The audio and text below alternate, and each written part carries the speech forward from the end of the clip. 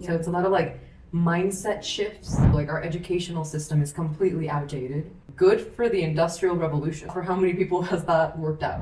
And I think anyone who has done any sort of entrepreneurship journey, when it's connected to your heart or something you actually care about, it is a full-on spiritual journey. The rise and grind mentality, like those things don't work. And when your ego is tied to the equation of your business, it makes things so difficult. And the truth is that... Joining us today is Samantha Sacchi Muci. She's a coach to founders and writes curriculum for entrepreneurship programs and universities. She teaches that the self is where everything begins. When we think about entrepreneurship, we're rarely thinking about self-management, self-awareness, and emotional regulation. But Samantha talks about each of these things, how you can master them to thrive in your business, and how you can participate in what she calls the love economy. Keep watching. Thank you so much, Samantha. I'm super glad to have you here. How about we start off, you tell me a little bit about why you do what you do. Yeah, that's a big question. I always say that our gifts and what we do in the world is somehow connected with our wounds, or what we were lacking. And it's almost like that experience, drives something in us, right? To want to do something for the world. In my case, I do many different things. So part of the healing work that I do, the teaching, the coaching, facilitating, I think comes from a very early age, I was very self-reflective and spiritual. And so, for example, I remember my grandmother got sick. She had cancer, and I got upset, and I was like, why do people need to get cancer to realize how important their health is and how precious life is, and to start valuing their relationships and feel like their time is running out and then really enjoy life, And that was when I was 13 or 14. That's a big moment. Yeah. And I've always been drawn to spiritual things and the depths, kind of the deeper meaning behind things. And I think growing up, people reflected that back to me as well. Oh wow, I've never had that kind of conversation before, or I never thought about that, or I've never shared that with anyone. Mm-hmm. And I was like, wow. So I thought being like me was I thought everyone was like that. I kind of came to realize not really.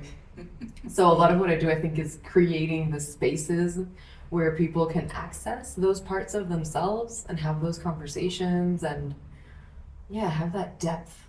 Yeah. Wow. I didn't know that about you, actually. I know that we chatted before and learned about the heart behind everything, and it's really evident through the work that you do. So I attended Sammy's event called Fuck the Small Talk, and it's really about getting beyond, okay, where are you from, where are you going, what do you do for work, but really connecting with people. And really what you shared, that heart behind all of it, it's so evident in the way that you have those events. Yeah, thanks. And Fuck the Small Talk, I co-created that with my brother, and it's more my brother's thing. And then another event that I run called Be, Play, Love. It's kind of like that, but, on steroids, 10 times deeper in terms of really how to create deep connection and intimacy with another human being, how to face your fears and your internal challenges, it starts with B, which is how to be present with yourself.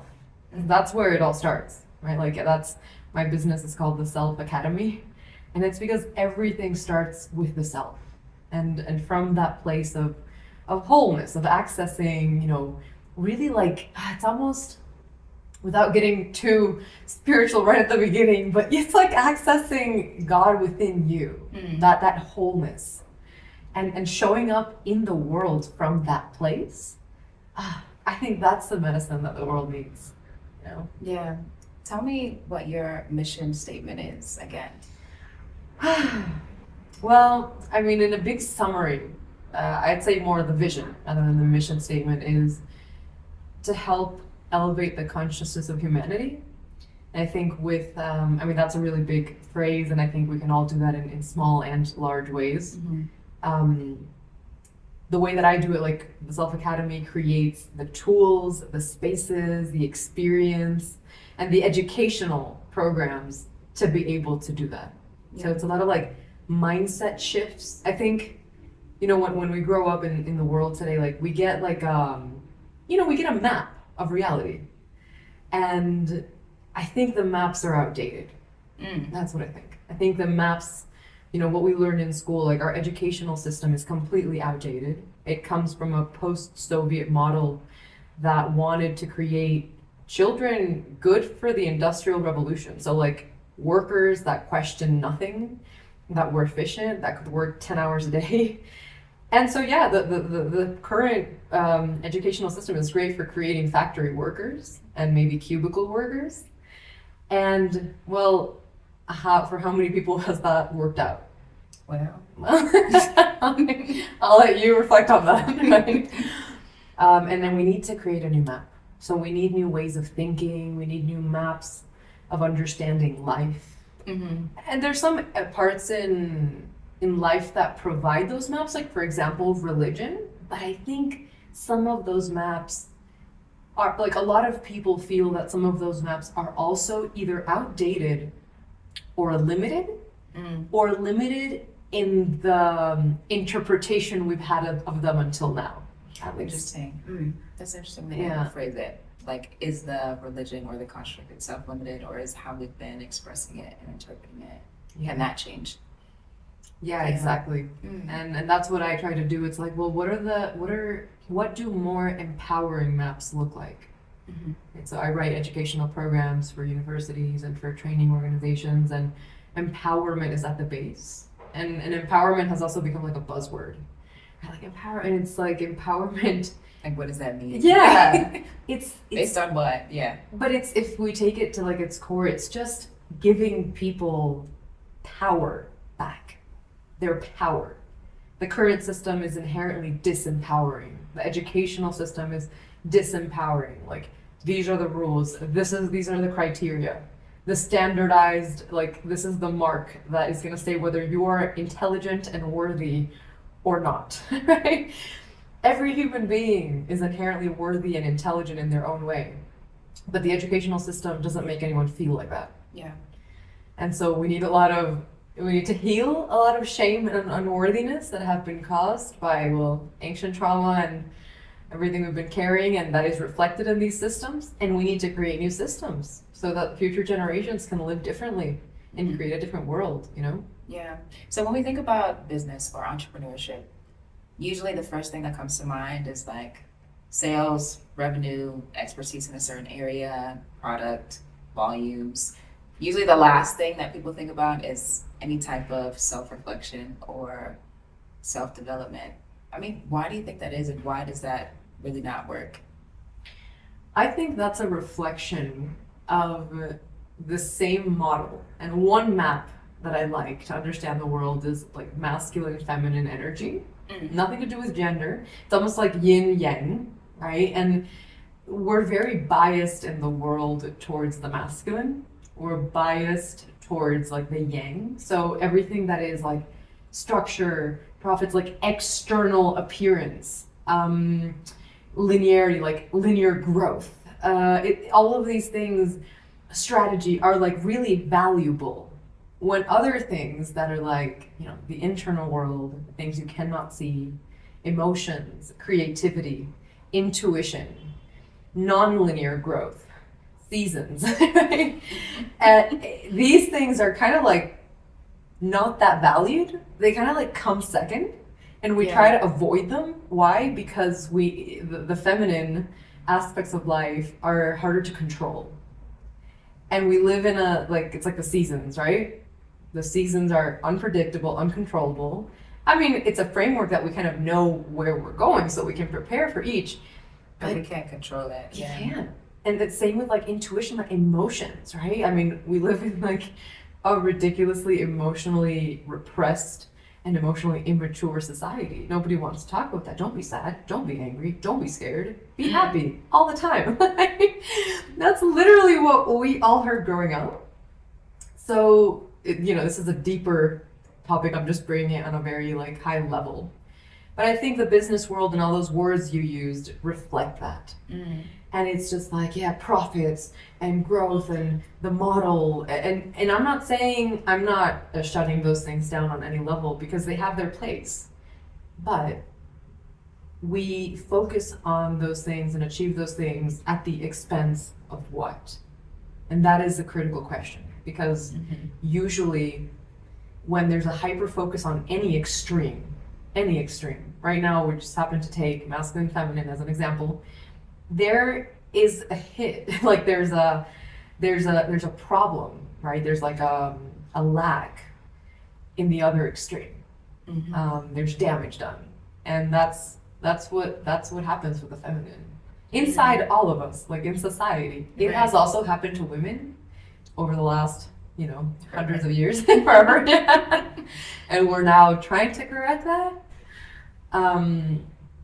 But it's a nuanced and profound topic. It's an interesting way you call them maps. It's an interesting framework to like think about it, of why we kind of look at one side versus the other. And when you're an entrepreneur, as we were talking the other day, so much of what you are able to produce depends on like how you're able to manage yourself, whether it be managing your own energy levels, your emotions, managing all of your tasks, like all of that self-work, that internal work really reflects on what your business is able to produce. So it's so interesting that it's usually put on the back burner when we talk about business and having success in it. Yeah. And it's funny because like the internal world ends up blowing up in your face. That's how come out, right? That's how people end up paying attention to it. And that's either like a health scare. Like I know people that have had a health scare, like, something's wrong with them inside, and then that leads to then like a journey of paying attention to the things they never wanted to look at, or just like, a breakdown, panic attack, burnout, so many, let's say like category mental health, but it's the internal world that's just like, hey, like something's not working, like you need to look at this. Exactly. Like the red light. ringing. Yeah. Exactly. Yeah. It's not sustainable to only focus on those things. And I think anyone who has done any sort of entrepreneurship journey or even like a little project, like it doesn't matter, when it's connected to your heart or something you actually care about, it is a full-on spiritual journey because you get faced with your biggest fears, your fear of rejection, your fear of failure, your fear of being seen, your fear of success, like all of it. Because it's not the same as working your job. No. Because like this is something that's connected to you as the person. Exactly. Yeah. And somehow it's like especially again, if what you're doing is connected to your heart. Some I've seen some people have like a more detached view of it, like, oh, I bought this business and I'm gonna sell it, and it's more like a transactional kind of, no, I'm not talking about that. The heart-centered or purpose-driven entrepreneur somehow has like, it's like our self-worth is tied to the business. And so how well the business is doing almost feels like a direct reflection of our self-worth.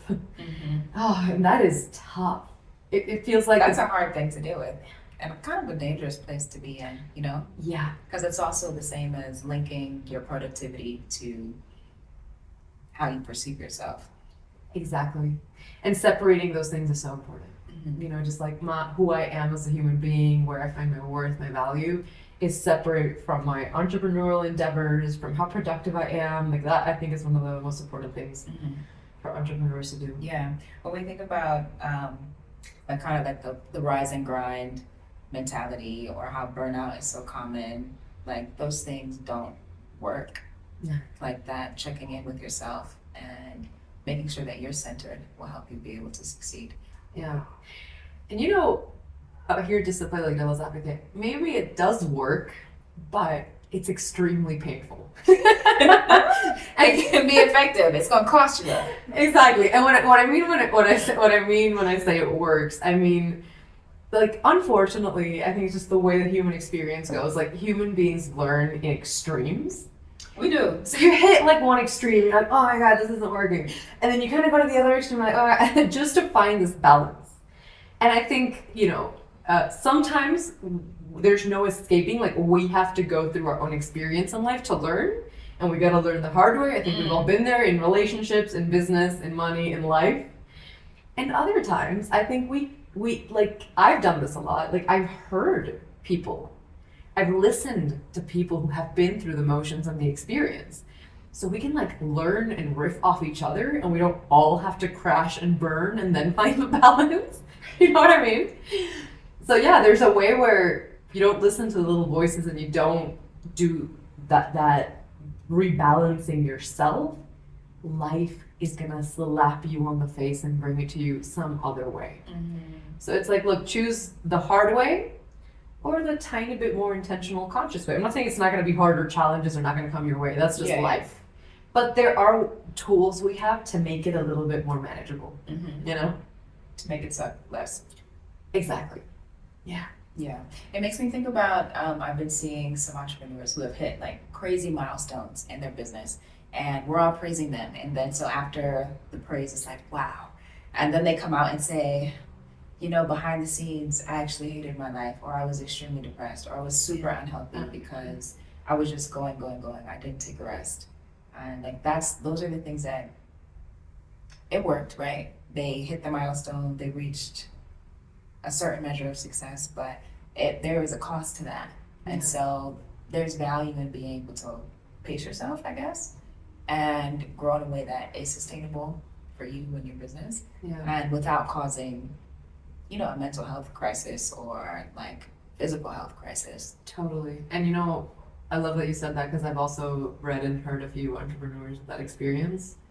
I remember this author that when he launched his book, he had like a 4-month depression. And I was like, wow, right? So it was just baffling to me. And I think that's also part of the map we were talking about before, right? It's kind of like the profiter. There's this like external goal that we somehow think that when we get there, everything else will fall into place. Like, that is the key to something, our happiness, our worth, our value, I don't know, whatever, hole we have inside of ourselves that we're trying to fill with that external thing. And then when the thing happens, which could come with crazy amounts of recognition, of profit, of all of those huge external goals. Right. But then you're like, wow, that wasn't the thing. There's this internal component. And like, life is never when you get to the place or when you get to the thing. I think I've always known this theory, and one of my businesses takes people on a pilgrimage, like the Camino de Santiago in the north of Spain. So I literally like preach this. Like, I give a speech to all of the pilgrims, explaining that like, it's not about the destination. Nothing is going to happen when you get there. It's about the journey. So like, I know this, but just in the last years, I really integrated it. And I had this, like, really, I was like, wow, in my entrepreneurial journey, like launching of my new website, launching of the online courses of the academy, I was like, if I can't be happy, like fulfilled, grateful today, like right in this instant, I'm not doing it right. The end.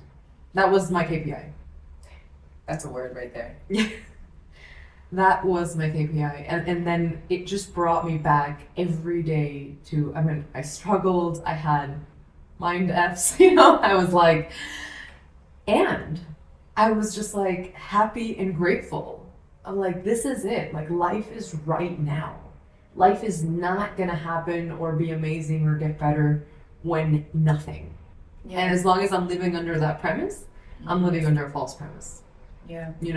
And that's such a good like practice to have in terms of shifting the way you think about things. It's not about arriving to some type of destination. It's about everything in between. Yeah. And one last thing on this, I think it's really important because in this masculine feminine balance, I feel I have both a lot of feminine and masculine energy inside of me. I think it's really important. It doesn't mean that by bringing in the feminine and traits like being present, being grateful, being in touch with your internal experience and your emotions, being embodied, and even just letting go of the intense expectation of external results, that doesn't make me less driven. That doesn't make me complacent, you know? That doesn't make me any of those things. It just means it's both. I can do both. And that's, I guess, what I want to tell the world. You know, like, there's a way to have both. Amen. Yeah. So some of our listeners have their own business, many of whom are going to be focusing on making sure that it's ethical or giving back to people or the planet. What are some things that you've learned on your journey that would apply to them? Well, what I just shared, for starters. Yeah. That's for sure. And I think for me, really remembering the vision, staying connected to the vision is also one of the most important things. Because the why is the driver of everything. And as an entrepreneur, like, we have to keep in mind the why, but then we get lost in like the how and then the what, and just bringing yourself to the why and being flexible and patient. You might have to pivot 100 times, you know? And I think what I said before as well, like, to really separate your self-worth from the results of your business is a gift to your business. Because you're basically taking your ego out of the equation. And when your ego is tied to the equation of your business, it makes things so difficult.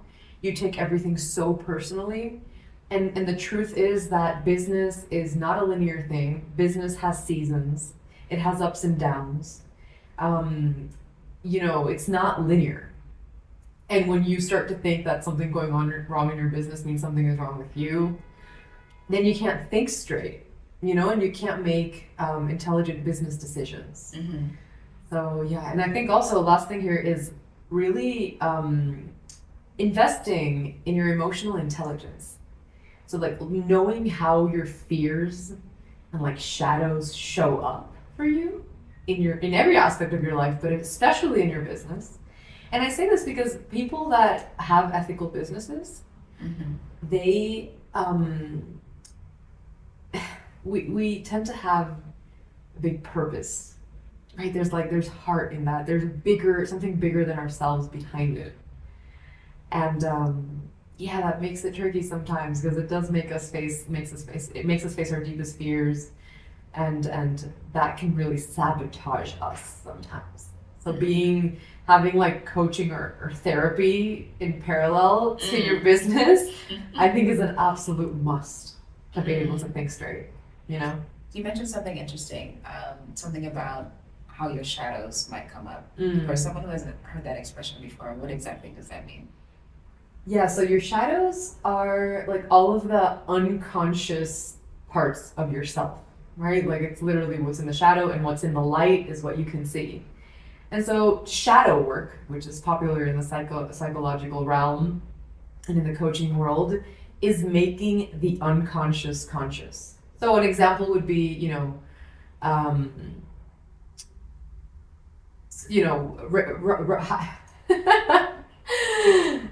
raising in consciousness. One of the ways we can do this, for example, is like, I don't want to bring in such fancy words like metacognition. So we talked about the map of reality, right? Yeah. Just becoming aware of your own map. That's already doing shadow work. It's like, what is the basic belief system that is running my life and my day-to-day decisions, right? So we're just like shedding light on something that exists in your unconscious and making it conscious. And what happens with the shadow is that 80 to 90% of everything human beings do is unconscious.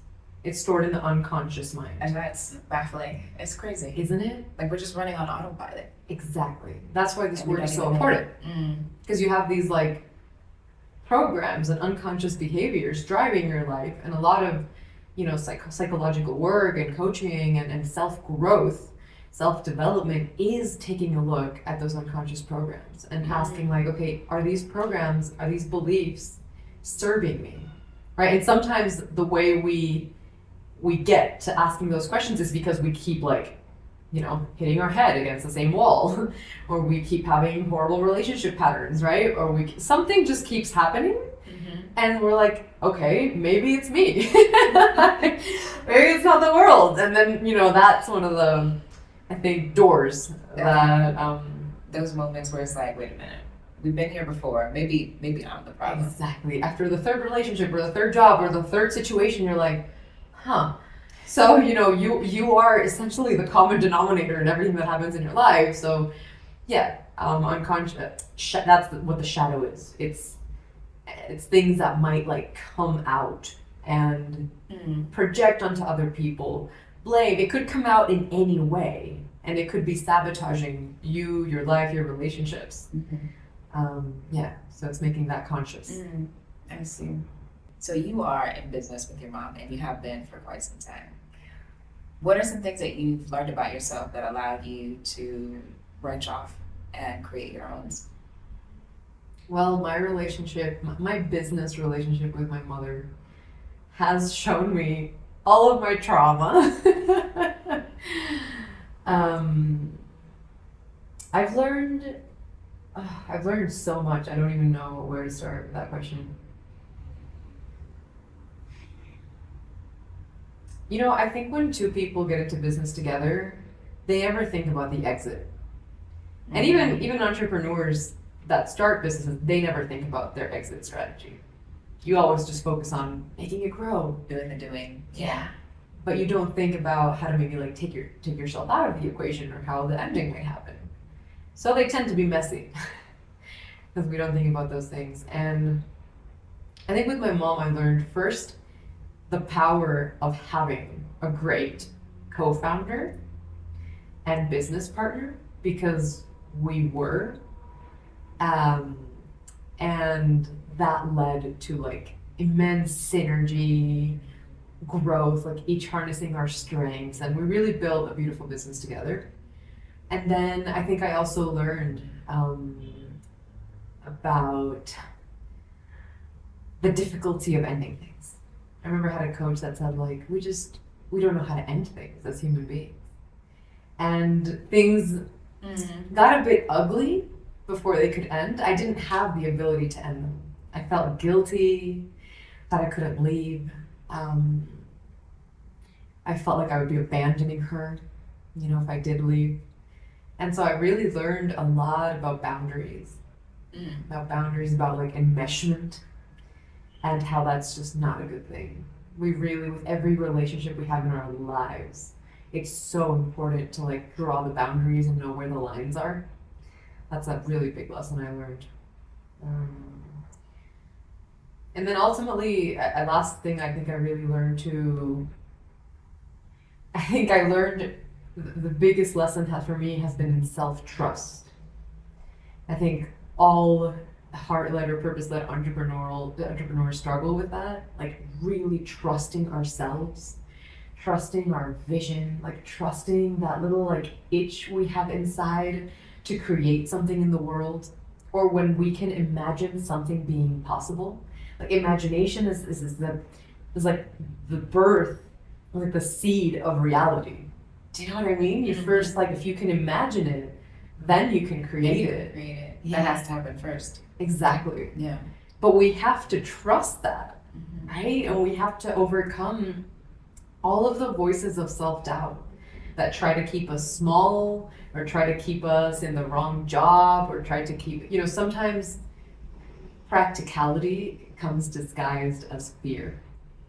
Oh, say it again. Yeah. So it's like, that's actually the way I said it, but it's actually kind of the other way around. Like fear comes disguised as practicality. So practicality shows up. It's like, oh no, the money, and this is a good job, and you could grow in this company, and whatever. Safe option. Exactly. Yeah. And it's just fear with a really good costume, just playing on your rational mind, But right? Like there's something else, and it's risky. And that's what's really going to give your life meaning. Following that itch and that voice.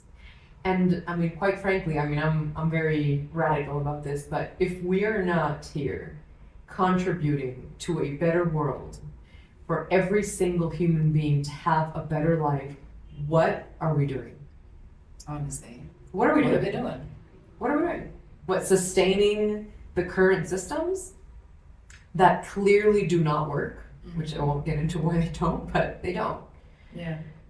There is so much to do on this planet that, and you know, I've coached a lot of entrepreneurs, and like one of the things I'm so adamant about is like, we cannot afford to let self-doubt get in the way. The planet can't afford it, humanity can't afford it, you can't afford it. Like, you came here for a reason, I came here for a reason, we all have like our place and our job to do, and every single itch you have inside matters, and we need to follow that. You know, that those visions we have, those imaginations, like, we need to follow them. You're preaching, Sammy. No, honestly, that's so good. And it sounds like part of like your experience with being in business with your mom, like being afraid to leave, or like the implications it would have on your relationship. It sounds like it's so closely linked to what we were talking about earlier, like being able to separate what you're doing in business from who you are and those relationships. How would you say that's accurate for what you were feeling? Yeah, I see what you mean. Yes, I guess with her, she is one of those beautifully like passionate human beings.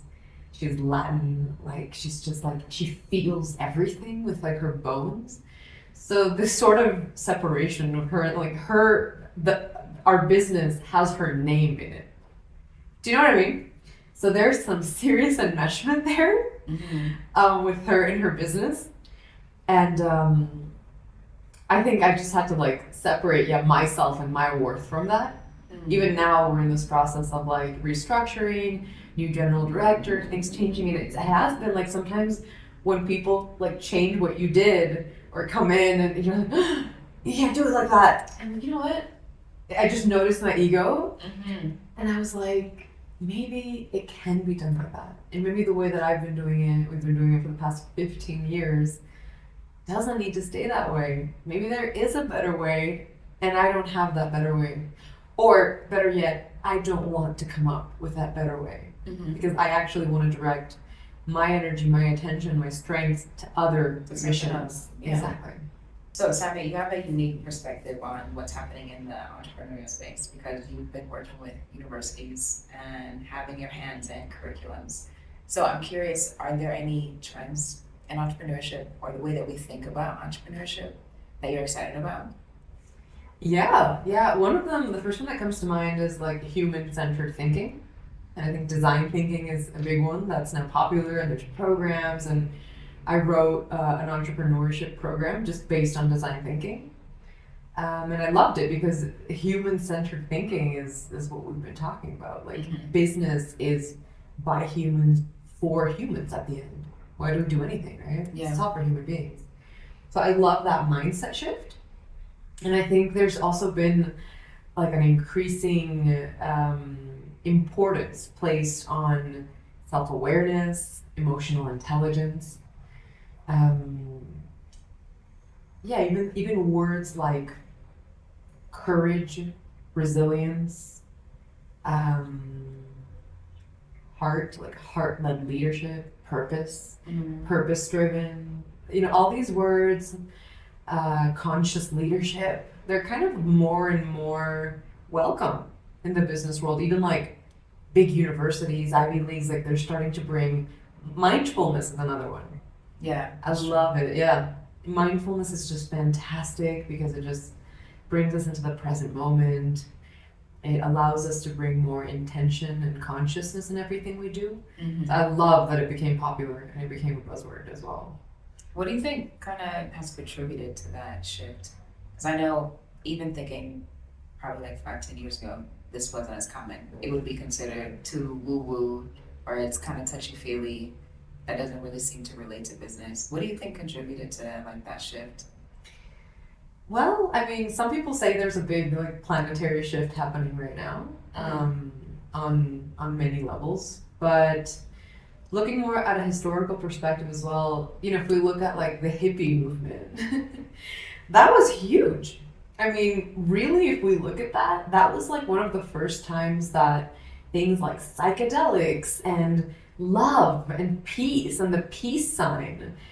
And I actually really don't like the fact that somehow the word hippie has taken like a slightly like derogative meaning. It's a way to kind of insult someone. Exactly. And I was thinking back on that and I was like, why is that? And I looked at my own map of reality and I was like, are hippies in my head like, oh, you're just a hippie, just don't care about life and floating around? And okay, I mean, I personally don't agree with being high all day and, you know, me personally, there's a million ways to live.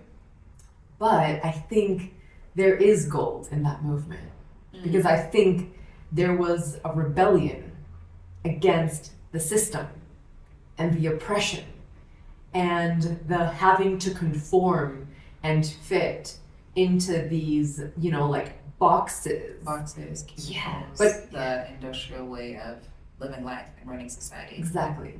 Love was the rebellion. And I love that. And I think still today in my life, love is the rebellion. Actually, this morning I was like meditating and doing a ritual. And I just had this whole thing about like the love-centered economy and how there's no economy that would be more profitable and abundant for every human being than an economy centered in love. What does that mean? Well, the concept just came to me this morning, so I need to like riff it out. But it's an economy where everything we do is at the service of love instead of money. Which basically means is at the service of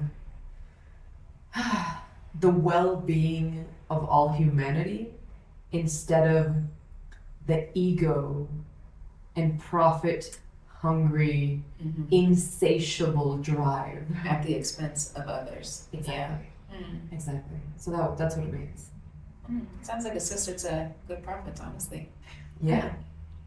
I Yeah. think there's a few movements, you know, backing this love-based economy without calling it that. Yeah. Of course. Like, how can we live but still be in harmony with people and still be in harmony with the planet? Because Exactly.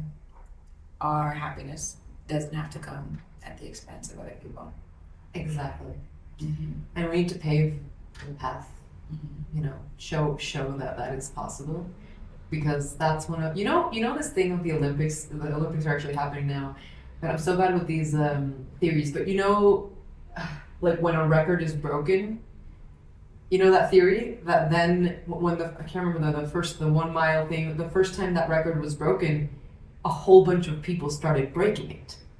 Oh. Because there's a psychological belief thinking like, oh, nobody's ever done this before, so it can't be done. And as soon as it's done, people suddenly have the map, they have the model. They're like, oh, it can be done. And our belief system creates a reality. So suddenly, and then a whole bunch of people started breaking it. And I was thinking about this the other day. I'm like, wow, I wonder, I don't follow the Olympics much to be honest, but I wonder if the records we're having now are significantly bigger than what they were at yes, the start. Exactly. And it's the same thing with this that you're saying, right? With good profits, and we need the models. And there are some, like for example, the brand Patagonia. Yeah.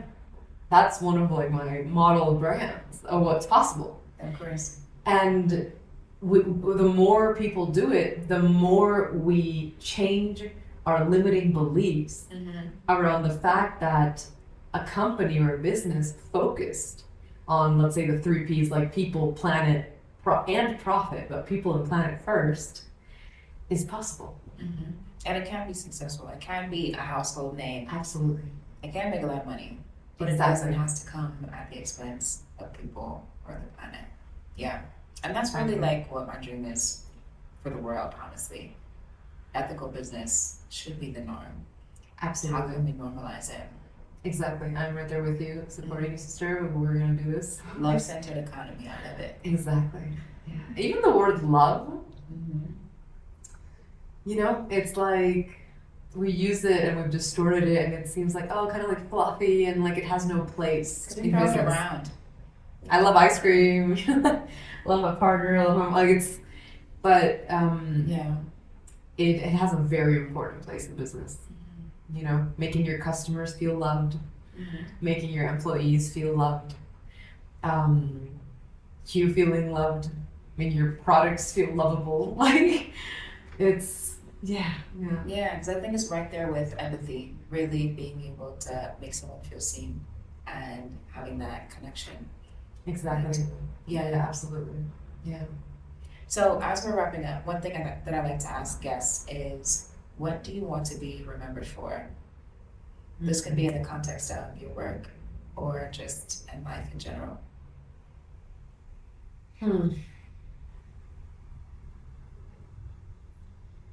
I think I'd like to be remembered for showing some things that are possible. I hope that I can have an effect, and I or the things I create or can have a truly like activating and empowering effect on people, so that so many other people can then also create and show up in the world in these new possible ways, you know? Yeah, I think that's, with that I would be happy. I would already be happy. I could die tomorrow, I'd be happy. You were like, if I'm not happy in the journey now, then I'm doing it wrong. Literally. I've had moments on airplanes with this turbulence where I thought I was gonna die. And it really makes me question my entire life. I'm like, is there any conversation that I haven't had? Have I done enough? And no, I've already made peace, and I'm just like, if I die, I can put death a lot. Like if I died today, there's nothing I'd do differently. I am completely satisfied, and I think we should all reflect and live in this way. You know, Like having that mental check-in regularly. yeah, exactly. Like if I was gonna die, because again, we're waiting for when A moment, if, an arrival. Yeah. exactly. And like, no, it's all just now. We really don't know how long this is gonna last, any of us. And when and all of life, I mean, this is getting kind of deep, but it's sort of like a preparation for death. The only certainty we have of being alive is that one day we will die. And pay taxes. Well, there's ways around that. But yeah, I think Mm-hmm. thinking about death really helps us live life and truly live life. In a moment too. Yeah. Mm. Yeah. Wow, thank you so much for sharing and for coming today. Before we close up, is there anything else that you would like to share? Well, first, thank you for having me, and thank you for what you do, and for this good profits and showing the world also glimpses of what is possible, of what we can create together. I think what you're doing is really important and really beautiful, and us all supporting these movements and actually not supporting other movements is the only way we're going to create like an ethical or a love-based economy that can really benefit all human beings on this planet. So yeah, thank you for having me. I really enjoyed it. Oh, thank you so much for being here and what the work that you're doing and the heart that's behind it. I feel like that's something that's so contagious. And I've seen it from other people who've also attended that event that you and your brother put on together. And I'm sure it's the same from your other businesses too. Thank you. So very beautiful work. Thank you. Thank you so much for coming.